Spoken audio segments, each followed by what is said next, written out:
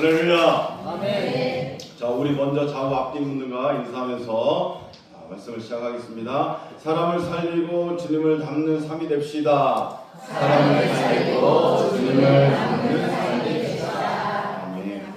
자, 오늘 우리가 나눌 하나님 말씀은 은혜로 고난을 덮는 삶입니다. 사순절 기위에 예수님의 발자취를 따라가면서 지난 시간은 우리가 그리스도의 자체를 따라가는 자유의 삶을 묵상했다면 오늘은 은혜로 고난을 덮는 삶이라는 주제로 말씀을 나누겠습니다. 주님은 십자가에 매달리셨지만 그 매임이 결박에서 우리를 풀어주셨다라는 거지요. 예수님은 묶이셨지만 우리는 자유함을 얻게 되었습니다. 그래서 예수님의 십자가는 우리를 억누르기 위해서 있는 것이 아니라 우리를 자유케 하기 위해서임을 또 한 번 다시 깨닫는 시간이 사순절이라는 거지요. 재물에서, 건강에서, 관계에서, 자녀 문제에서, 또 인정받고자 하는 욕망에서 이 세상의 수많은 이 삶이라는 이 목적들, 또 품목들이 우리를 붙들고 있지만 예수 그리스도 안에서 맡김으로 우리는 그 모든 것에 설 수 있는 자유를 얻는 줄로 믿습니다. 그런데 오늘 본문에 우리에게 이렇게 질문 하나를 더 던집니다. 고난 앞에서도 여러분은 자유할 수 있습니까? 라는 거예요. 사실 고난은 누구도 피할 수 없는 큰 문제이지요. 믿지 않는 사람에게도 이 고난은 찾아옵니다. 또 믿는 사람에게도 있다라는 겁니다. 그러나 차이가 있습니다. 믿는 사람과 믿지 않는 사람에게 차이가 있어요. 고난을 해석하는 방식이 다르다라는 거지.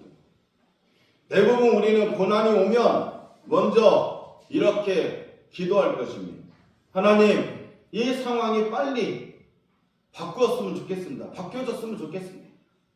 라든지. 아니면 이 문제를 아예 없애주세요. 라고 하든지. 아니면 이 환경을 옮겨주십시오. 라고 하는 거죠. 그런데 이렇게 기도하는 것이 틀리지 않습니다. 문제가 되지 않아요. 왜냐하면 성경에서도 하나님은 환경을 바꾸시는 분으로 나타나시기 때문에 그렇습니다. 홍해를 가르시고 병을 고치시고 가뭄 문을 부셔버리고, 그러나 믿음이 자라면서 우리는 한 걸음 더 배우게 됩니다. 환경을 바꾸시는 하나님뿐만 아니라 그 환경 속에서 나를 바꾸시는 하나님을 더욱 알게 되더라라는 겁니다. 고난이 사라지지 않는데 내가 달라졌음을 경험하는 거지요. 환경은 그대로인데 내 마음이 달라져 있는 그 은혜를 경험하게 되는 겁니다. 주와 함께라면 어디라도 좋습니다. 주와 함께라면 이 험한 길도 걸어갈 수 있습니다. 라고 바뀌어지는 거죠. 이 고백이 가능해질 때 우리는 고난 속에서도 자유함을 배우게 됩니다. 오늘 우리가 묵상한 말씀은 시편 141편. 이 말씀은 다윗이 고난 가운데 있을 때 드린 기도입니다. 신학자들은 그가 사울 왕에게 쫓겨났던 시절, 쫓겨다니던 시절, 동굴에 숨어 지내던 시간 속에 기록했다라고 이야기를 합니다. 왕의 기름을 부음받았지만 왕궁이 아니라 동굴에서 생활했던 사람. 약속은 받았지만 현실은 도망자였다라는 그러한 사람이었다라는 거죠. 너는 고난 속에서도 무엇을 붙들고 있는가라고 물어보는 그 시점이 아닐까라고 생각되어집니다. 2절에서 그래서 다윗은 이렇게 기도합니다. 나의 기도가 주 앞에 분향함과 같이 되며. 구약의 성막에서는요, 매일 향이 피워져 있습니다. 향은 단 한 번 올려서 끝나는 것이 아닙니다. 지속적으로 타오르는 향기를 일컫습니다. 다윗은 이렇게 기도하지요.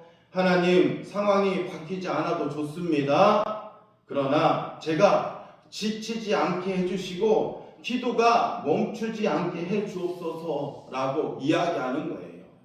아멘. 이 분향함 같이라고 이야기하는 것이 끊임없이 나의 기도가 분향함 같이 이어지게 해달라고.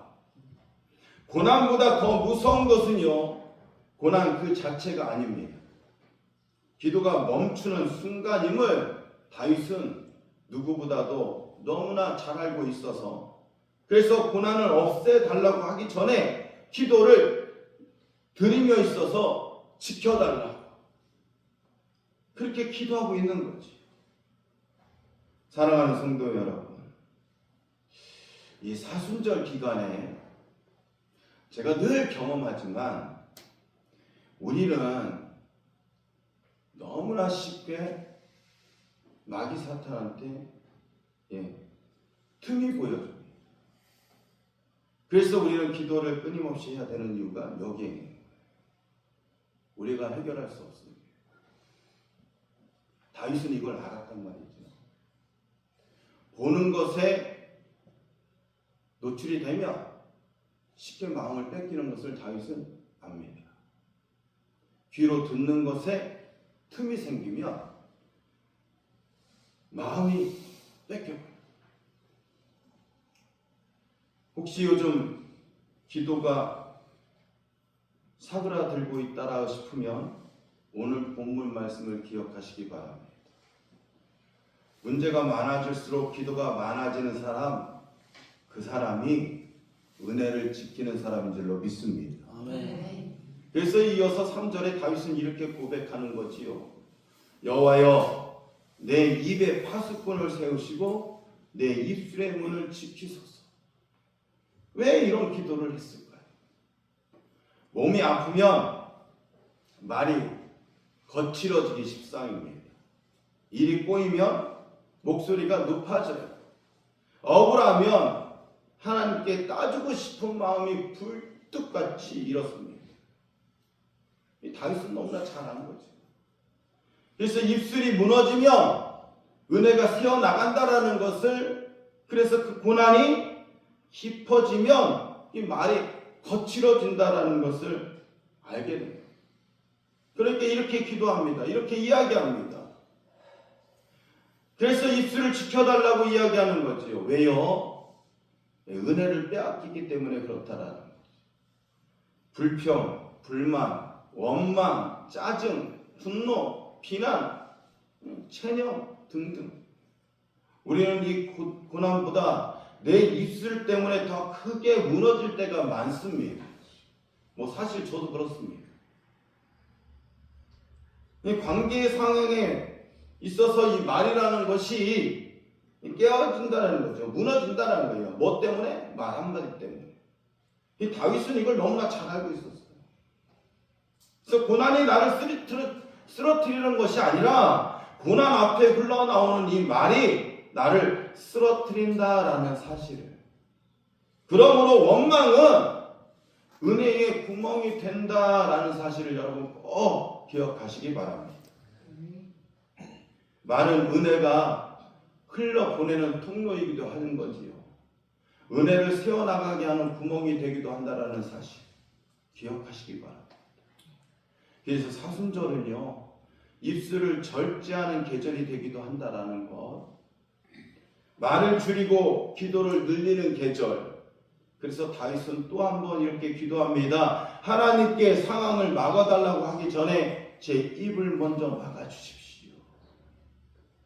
말을 지키는 것은 단순한 도덕적 절제가 아닌 은혜를 지키는 영적 전략임을 여러분 꼭 기억하시기 바랍니다. 아멘. 또한 고난이 오면 사람들은 본능적으로 다른 피난처를 찾기 시작합니다. 대체하기 쉬운 거. 재물이 아니면 사람으로, 사람이 아니면 권력으로, 권력이 아니면 이제 자기 합리화 시작합니다. 그래서 8절에 다윗은 이야기하죠. 주여와여 내 눈이 주께 향하여 내가 주께 피하오니.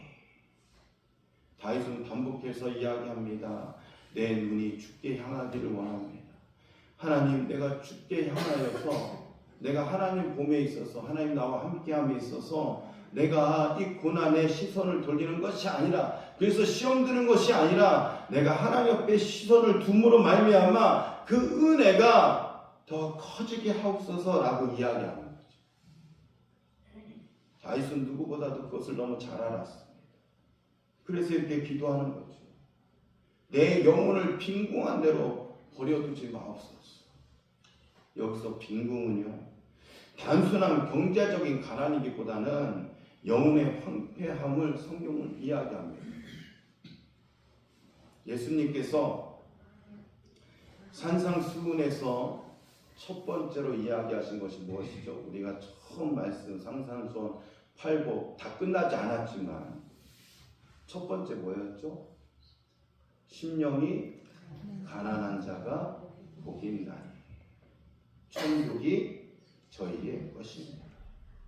이 빈궁은요, 심령이 가난한 자를 이야기합니다. 오늘 다윗이 심령이 너무나 가난한 자 있다고 주님 앞에 고백하는 거예요. 그래서 이거를 버려두지 말라고 이야기하는 거죠. 고난이 와도 영혼이 무너지지 않거나 좌절하지 않은 사람, 그 심령이 가난한데도 무너지지 않는 그 사람, 그 사람이 은혜의 삶을 사는 사람인 줄 믿습니다. 여기서 우리는 한 걸음 더 나아가 알아본다면 다윗의 이 고백은 단지 도덕적 모범이 아닙니다. 그는 예수 그리스도를 미리 보여주는 인물이지요. 십자가 앞에서 예수님도 기도를 멈추지 않으셨다라는 겁니다. 겟세마네 동산에서 땀이 핏방울이 되어 흘리도까지 기도하셨습니다. 그리고 십자가 위에서 원망하지 않으셨어요. 오히려 이렇게 말씀하십니다. 아버지여, 저들의 죄를 사하여 주시옵소서. 그리고 마지막에는 이렇게 고백합니다. 아버지여, 내 영혼을 아버지의 손에 부탁하나이다. 처절하게 십자가에 달리면서 피를 다 쏟으시면서 물까지 이제 다 쏟아내시면서까지 마지막에까지도 기도하셨다라는 거예요. 누구를 위하신 것입니까? 예수님 자신을 위해서 그런 게 아니에요. 우리를 위해서 그러신 거죠. 나를 너무나 사랑해서, 우리를 너무나 사랑해서, 김천 시민교회를 너무나 사랑해서 아멘. 우리는 참되신 왕이신 예수 그리스도께 고난 속에서도 은혜를 붙드셨기 때문에, 그래서 우리는 이 고난을 이길 수 있는 근거가 되는 줄 믿습니다. 아멘. 우리의 힘이 아니라 십자가의 은혜로요. 아멘. 고난은 우리를 파괴하기 위해서 오는 것이 아닙니다. 우리를 더 깊은 은혜로 이끌기 위해서 십자가를 허락하신 거지. 사랑하는 성도 여러분, 지금 우리의 고난은 무엇입니까? 건강입니까? 관계입니까? 사역의 열매가 없음입니까? 경제적인 압박입니까? 하나님은 오늘 우리에게 묻습니다. 하나님보다 문제가 더 오래 바라보고 있지는 않은지, 하나님께 시선을 돌림에도 불구하고 우리는 여전히 그 문제에 대해서 허덕이고 있지 않은지. 사순절은요, 단순한 절기가 아닙니다. 고난을 바라보는 방식을 바꾸는 시간이에요.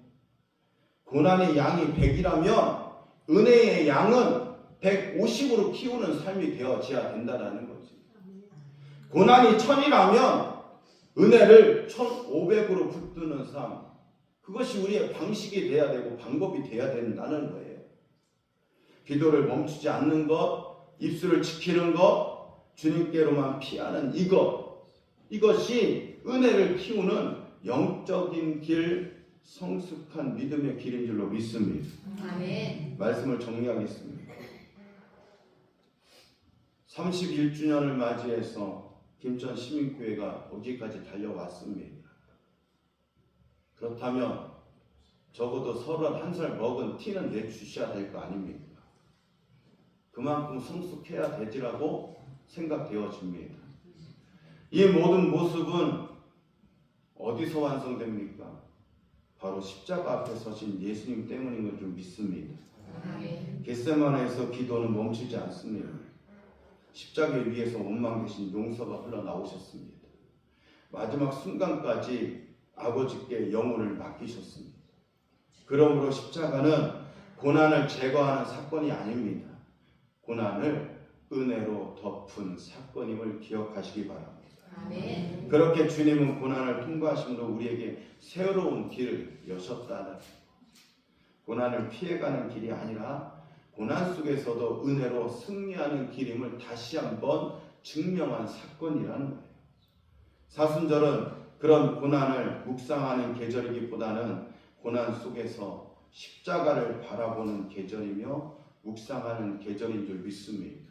아멘. 그렇게 여전히 나는 환경이 바뀌지 않는 탓하지 마시고 낙심하지 마시고 좌절하지 마십시오. 나의 입술로 은혜를 쏟아내지는 마십시오.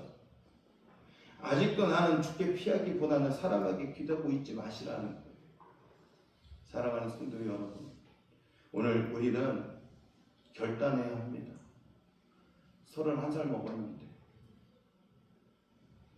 하나님, 환경을 바꿔달라만 기도하지 마시고 이 환경 속에서 내가 바꿔주길 원합니다 라고 고백하는 저와 여러분, 고난보다 은혜를 더 크게 붙들게 도와주시옵소서라고, 은혜를 위해 입술을 지키게 해달라, 오직 주께만 피하겠습니다 라는 이 고백으로 이 사순절의 시간 위에서 우리의 고난이 사라지지 아니할 수 없다라는 사실을, 여전히 고난은 늑달같이 기회를 엿보고 우리를 해하려 합니다.